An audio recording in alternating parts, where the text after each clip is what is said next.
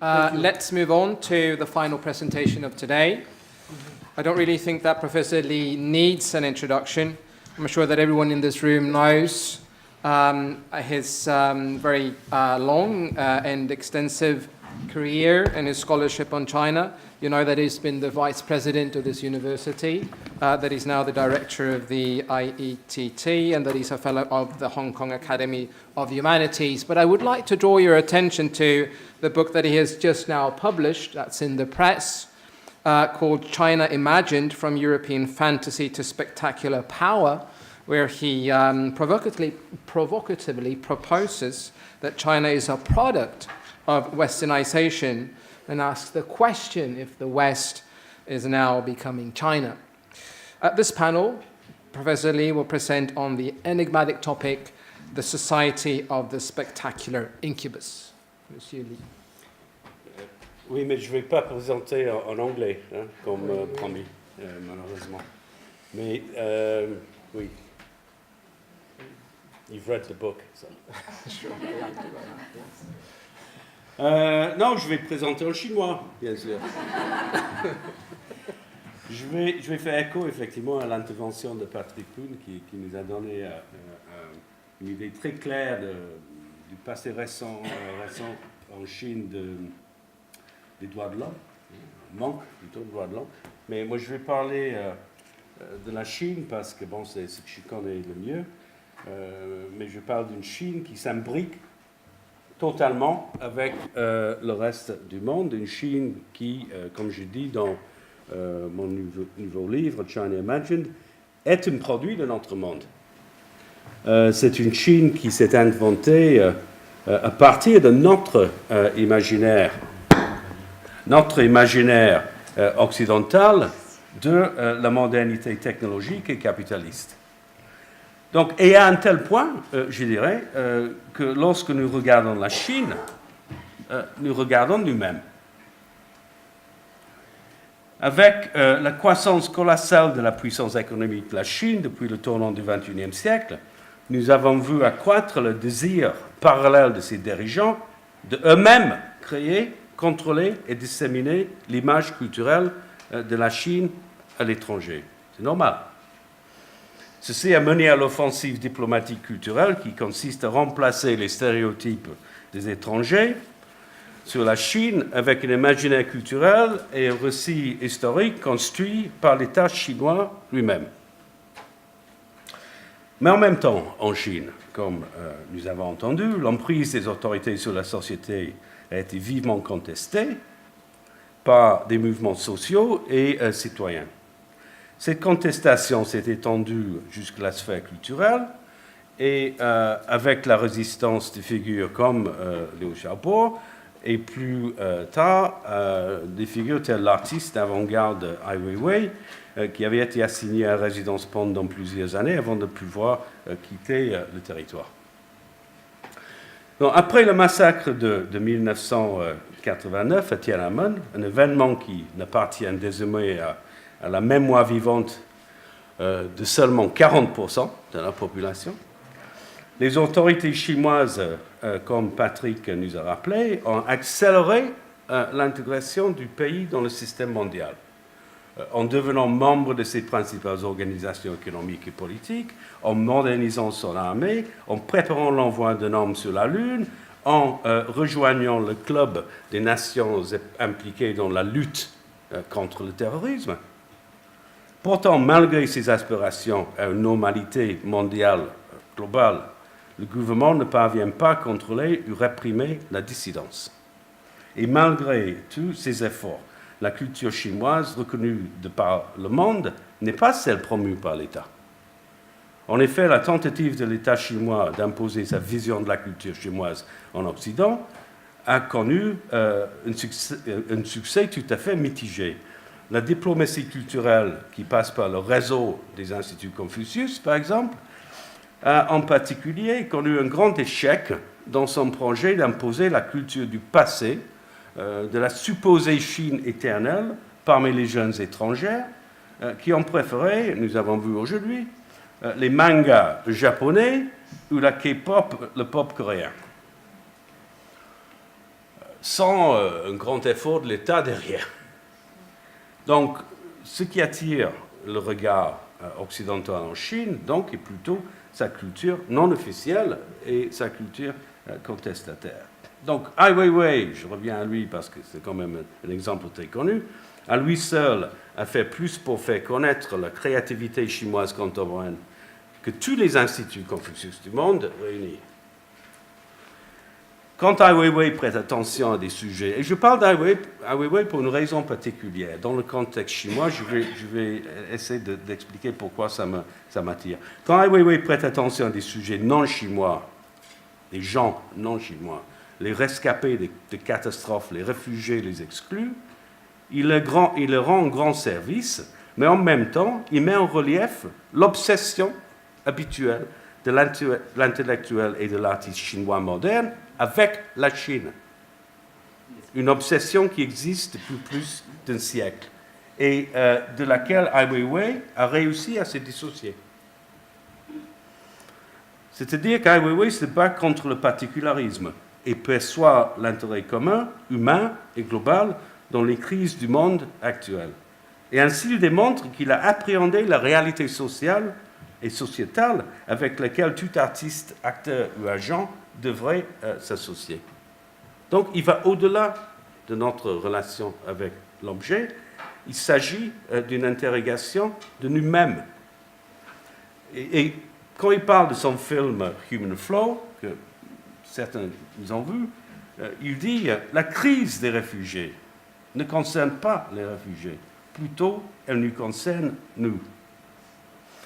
Et il poursuit que faire comprendre que nous appartenons tous à une seule humanité est l'étape la plus essentielle pour que nous puissions continuer à coexister sur cette planète que nous appelons la Terre. Il y a beaucoup de frontières, il dit, à démolir, mais les frontières les plus importantes sont celles qui se trouvent dans nos propres cœurs et nos propres esprits. Voilà les frontières qui séparent l'humanité d'elle-même.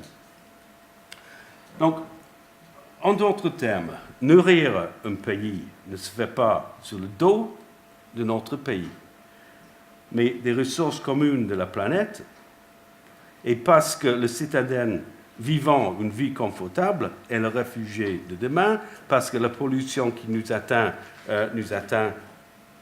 tous. En Chine, donc, les voix dissidentes se font entendre de temps en temps. Nous avons entendu. Et les autorités donc, continuent à les faire taire. En 2014, je reviens quelques années en arrière, les autorités centrales ont condamné un certain nombre d'intellectuels à de longues peines d'emprisonnement, le plus connu d'entre eux étant l'économiste ouïghour Ilham Tohti, et le professeur Tohti s'exprimait régulièrement sur les droits de la minorité ouïghour du Xinjiang et critiquait la politique de l'administration centrale dans la région. Mais il ne prôna jamais la violence ni la cause séparatiste dont il fut accusé. Ses critiques et ses propositions étaient tirées de sa propre recherche qui était d'une grande rigueur. Bon, depuis, on a vu la situation de la population ouïghour en général en train de dégringoler de manière absolument dramatique.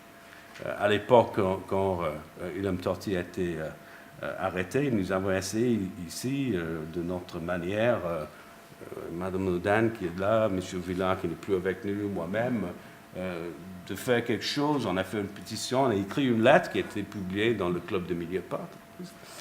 Et bon, sans grands échos, le pauvre Ilham Tohti, c'est musulman, en plus maintenant, les Ouïghours, ils sont proches des Turcs n'en parlent pas. Donc le sort de cet homme est lamentable, et même maintenant de son peuple. Mais à plus grande échelle, on peut voir Hong Kong, la révolution des parapluies dans la même année, en 2014, le peuple de Hong Kong manifeste en masse son rejet de l'avenir non démocratique qui allait leur être imposé. Mais là encore, malheureusement, en France, parler de Hong Kong, ça n'a pas beaucoup de résonance. Selon les termes du traité sino-britannique, n'est-ce pas, de 1984, conclu entre la République populaire de Chine et l'ancienne puissance coloniale du territoire, Hong Kong est garanti théoriquement un haut degré d'autonomie. Mais l'État central a réagi avec une forte répression contre les Hongkongais qui exigeaient simplement les droits qui leur avaient été promis et que la révolution des parapluies cherchait à défendre. Donc, on voit l'année suivante, 2015, un enlèvement de masse d'éditeurs, de bouquinistes, basés à Hong Kong. Et l'un d'eux, Gui Minhai, est un citoyen suédois qui fut enlevé par des agents de l'État chinois lorsqu'il était en déplacement en Thaïlande. Donc, toujours à Hong Kong, la nuit du 8 au 9 février 2016, lors de la révolution des boules de poisson, beaucoup de révolutions à Hong Kong récemment, de jeunes Hongkongais ont défendu vigoureusement la pratique pérenne et populaire de la vente des boules de poisson dans le quartier ouvrier de Bangkok pendant les célébrations du Nouvel An chinois par des vendeurs. Donc l'insensibilité de la police avait suscité la frustration contre les autorités et manifestants et policiers anti-émeutes s'affrontaient dans les rues de Hong Kong, des scènes qu'on n'avait pas vues depuis la révolution culturelle et les émeutes anti-britanniques de 1967. Je me souviens bien parce que je dormais mal cette nuit-là et je regardais donc sur Twitter et voilà, on continue en live, en duplex, comme on dit. Il y avait 3-4 heures d'émeutes que je voyais donc en live. Et on était à Hong Kong, quand même.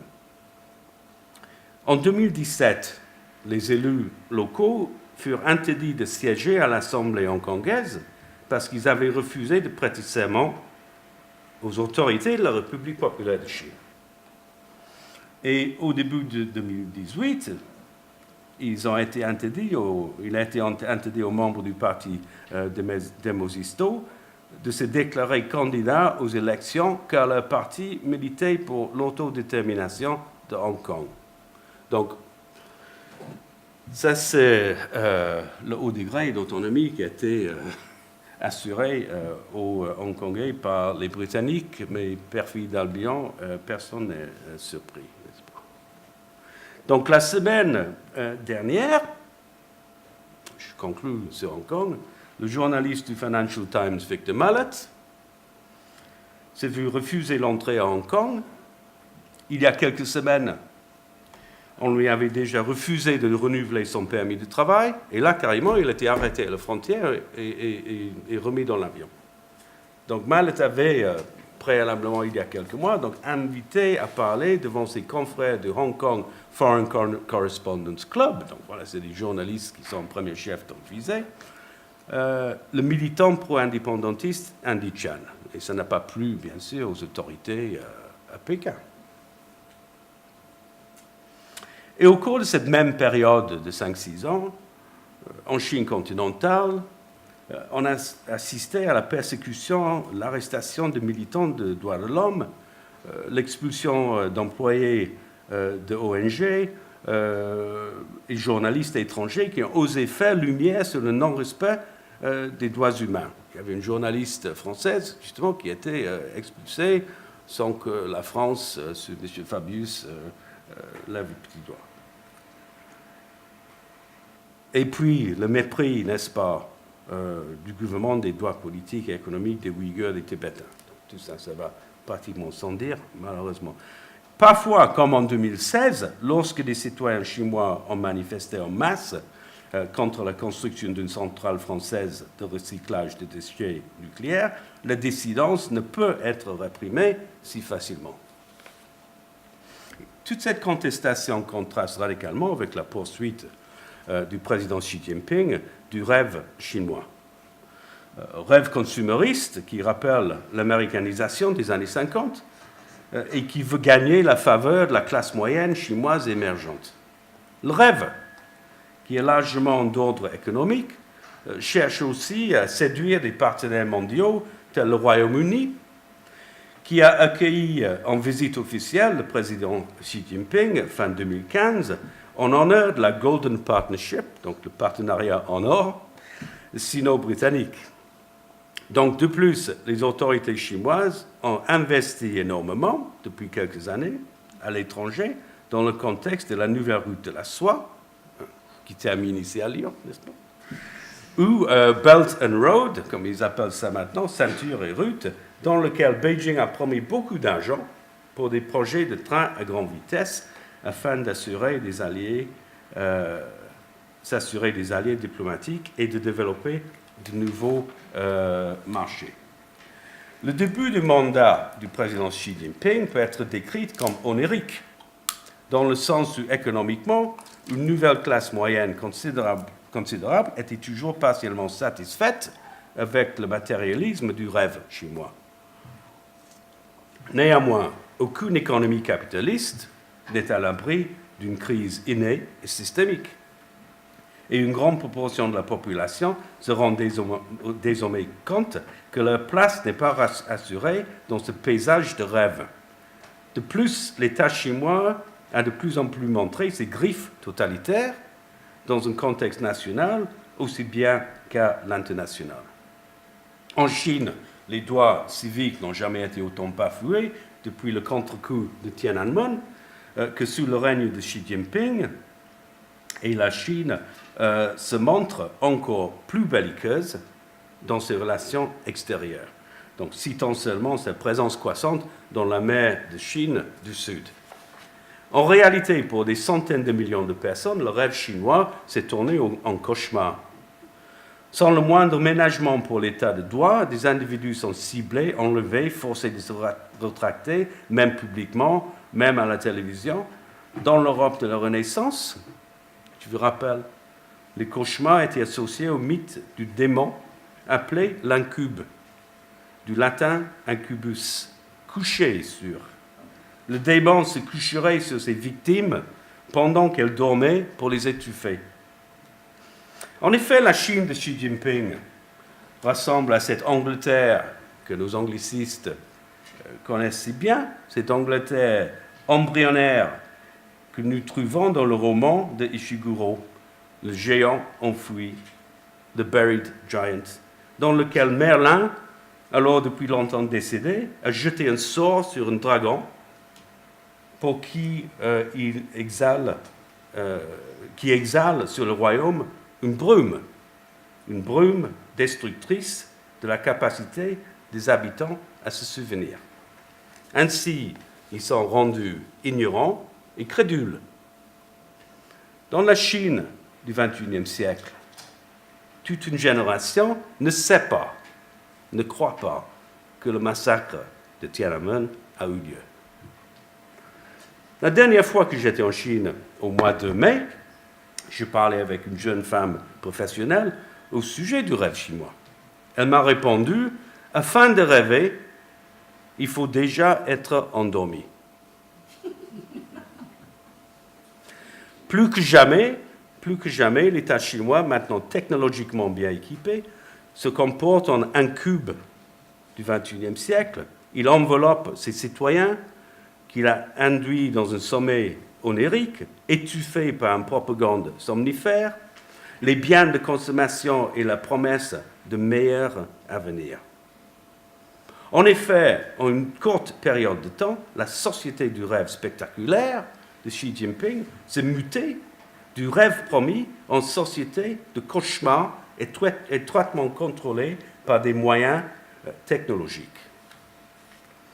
C'est ce que nous pourrions nommer la société de l'incube spectaculaire, dans lequel le pouvoir régnant amortit la masse populaire de surveillance électronique, étouffe de manière violente les dissidents et poursuit une politique d'antidiplomatie agressive envers ses voisins internationaux. Avec la pensée de Xi Jinping maintenant entérinée dans la constitution du Parti communiste de Chine cette année, et le fait qu'il soit effectivement élu président à vie par un amendement constitutionnel d'État de mars 2018, il semble peu probable que la situation s'améliore dans le futur proche. Malgré les vœux pieux et l'idéalisme des observateurs occidentaux de la Chine, tels nos anciens premiers ministres français. Dans les années 1980, Jacques Ellul, l'homme qui a presque tout compris, nous mettait en garde contre cet optimisme concernant ce qu'on appelait la libéralisation politique de la société chinoise. C'était dans les années 1980. Il disait « Chaque fois qu'on écrit coup de frein à la libéralisation, c'est un contresens. Il n'y a jamais eu de libéralisation et la nouvelle tendance n'a rien à voir avec la liberté. Il y a passage d'un système où l'idéologie révolutionnaire primait le succès d'efficacité technique à un système où la volonté de croissance technique efface l'idéologie révolutionnaire.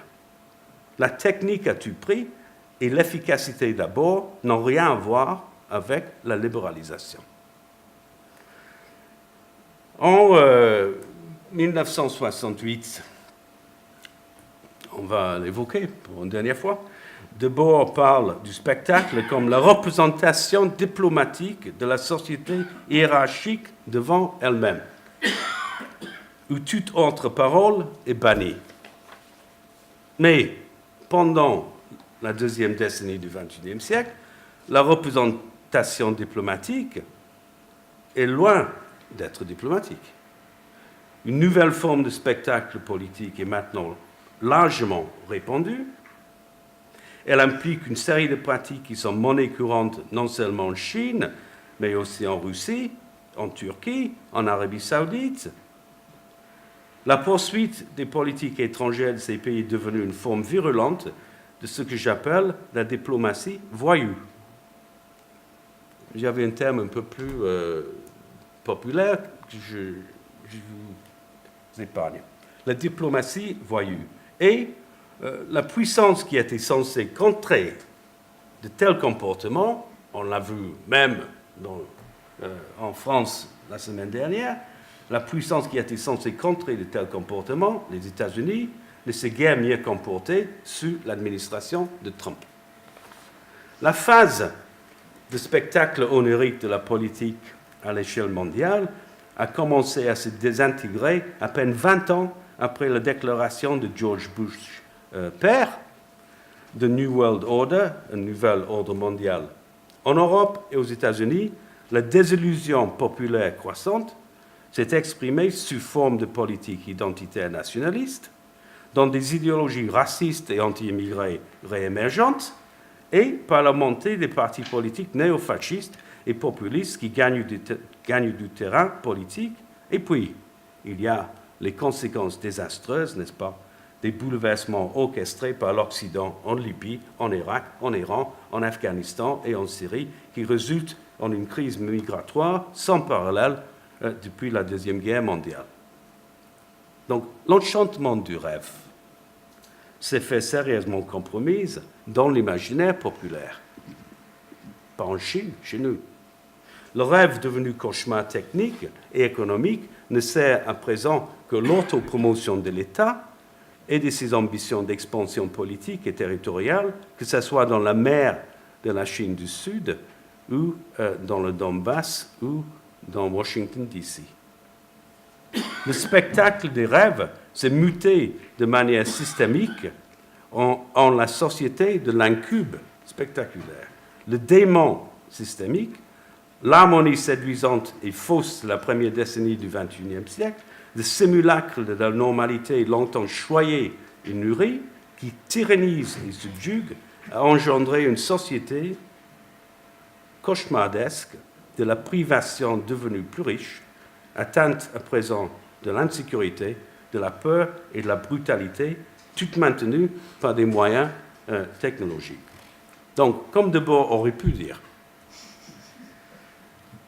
la pauvreté spectaculaire s'annonce à présent comme une immense accumulation de cauchemars. Est-ce que j'ai quelques minutes? About a few minutes left? You're done with 20. OK. Yeah. C'est ça? Ouais. Merci beaucoup.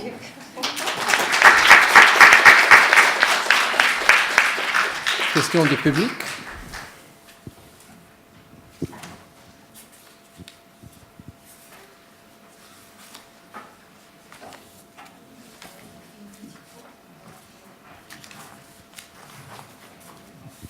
Thank you, Professor Lee. I start by a little question, very small question, related with your subject. When you talk about Ai Weiwei, I have found in his documentary film, Human Flow, and in fact, he has such universality as an artist. Whatever we class him as a Chinese artist or occidentalized artist. So how do you think about the situation of Chinese intellectual society in our days inside China?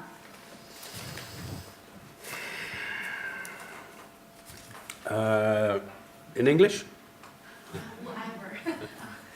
Non, mais donc la question, c'est effectivement la situation de l'intellectuel chinois en Chine. Mais je pense que ce que tu viens de dire, bon, Ai Weiwei, donc on est effectivement obligé de partir. Hein. Donc c'était que pour nous, c'est quelqu'un qui nous parle. En Chine, il ne parle plus. Donc ça, c'est le prix qu'on paie. Et ça, c'est toujours le dilemme. Et ça, c'est comme ça depuis les années 80, où on est en Chine et on risque le pire, où on est en dehors et on ne nous écoute pas, on ne nous entend pas. Donc, ce qu'il faut essayer de faire, effectivement, c'est de faire entendre ces voix. Mais je reviens à ce que je viens de dire. Je dis que la raison pour laquelle je suis attiré par Ai Weiwei, que je pense quand même ailleurs a des problèmes. Hein, c'est quand même quelqu'un qui lui-même est dans le spectacle. Hein, on ne va pas cacher cela. Et constamment sollicité pour y être. Ceci dit, je rappelle que son père, qui est maintenant beaucoup moins connu que le fils, était un grand poète libéral dans le sens politique dans les années 30, 40, 50, etc., qui a fait 20 ans d'exil dans le désert de Xinjiang avec ses fils, et qui avait donc une perspective lui-même très internationaliste. C'était un grand ami de Pablo Neruda, etc., etc. Donc il y a, je pense, les traces dans le fils, il y a quand même le père.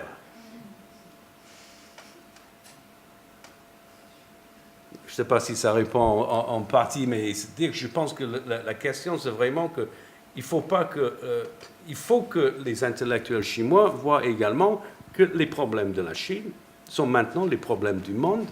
Et comme nous, on ne peut rien régler sans prendre en compte la Chine et l'Inde, l'Amérique latine, etc., eux non plus, ils ne peuvent rien régler sans prendre en compte le fait qu'ils sont complètement imbriqués dans ce monde.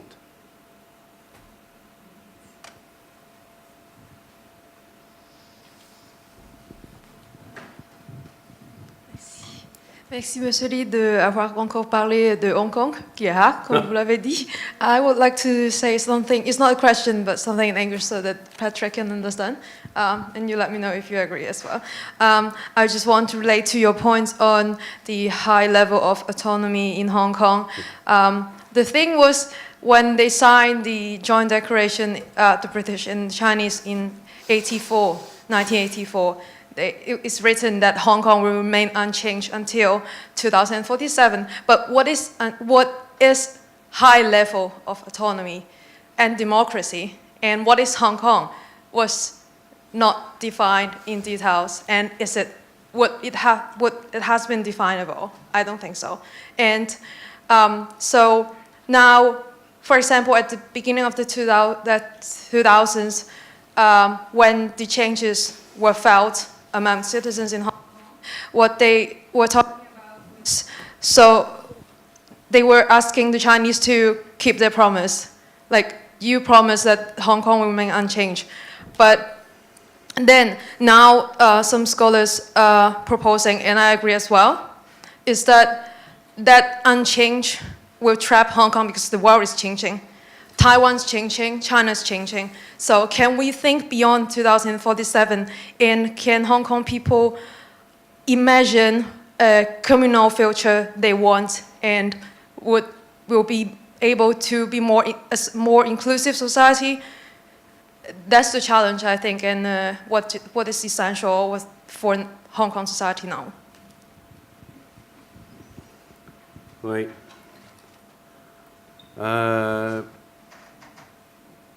Donc la question de la langue, high degree of autonomy, qu'est-ce que c'est? Bon, l'anglais n'est pas le français, hein, donc c'est pas justement, c'est une langue qui est beaucoup plus floue, manque de clarté, tout comme le chinois. Donc c'était pas fait. Hein, que si on avait dressé ce traité en français, ça aurait été autre chose peut-être, comme dans le bon vieux temps. Non, mais c'est-à-dire que la question, c'est pas ça. La question, c'est bon, oui, on comprend bien, moi je comprends bien, et ça m'émeut énormément les souhaits et les désirs du peuple de Hong Kong, surtout ceux qui n'étaient même pas nés quand cet accord a été signé. Donc, ils se trouvent, je pense, peu concernés, ceux qui n'ont jamais connu la colonisation par les Britanniques non plus. C'est une question difficile d'aborder en France parce qu'on est en général très ignorant. Hong Kong, on passe même plus par Hong Kong pour arriver en Chine. Donc Hong Kong, voilà. C'est comme Taïwan. C'est des endroits qui sont les Britanniques qui sont mieux informés parce que plus concernés. C'est là où il faudrait demander qu'est-ce qu'ils font. Pourquoi ils font rien? Pourquoi ils ne sont pas là à soutenir même les journalistes qui se font jeter du territoire. Donc, je pense que le problème, c'est que Hong Kong, de toute façon, tu as raison, 2047 arrive très rapidement. Toi, tu le verras, moi non, mais bon, c'est quand même assez rapide. Et à ce moment-là, on peut imaginer seulement que le monde va être encore plus intégré que maintenant. Donc, il faudrait imaginer un degré d'autonomie pour tout le monde. C'est ça l'autonomie, c'est l'autonomie de l'individu. Hein, dans des sociétés où les gens se donnent une capacité d'agir pour eux-mêmes. Donc, le problème, je pense qu'il y a tellement d'injustices du passé. On peut imaginer tout ce que les Français ont fait dans les colonies, tout ce que les Britanniques ont fait en Inde, en Afrique, etc., qu'on ne va jamais pouvoir même aborder toutes les injustices. Je ne parle pas de corriger. Il va falloir accepter qu'il faut aller au-delà. Parce qu'il y a quand même une nouvelle colonisation qui n'est pas la colonisation que nous dénonçons. On est quand même colonisé par d'autres types de pouvoirs et d'idéologies, et en premier chef, donc la technologie. Surveillance, par exemple. N'est-ce pas? Donc, il y a une autre colonisation du monde entier qui est en train de se faire. Et c'est cette décolonisation-là qu'il faut essayer de... Tout en intégrant, je veux dire, les autres causes du féminisme, les questions de sexualité, justice sociale, tout ça, il faut bien sûr aborder. Mais c'est-à-dire qu'on ne peut plus maintenant se contenter d'aborder ce qu'en anglais on appelle les single issues. C'est fini ça.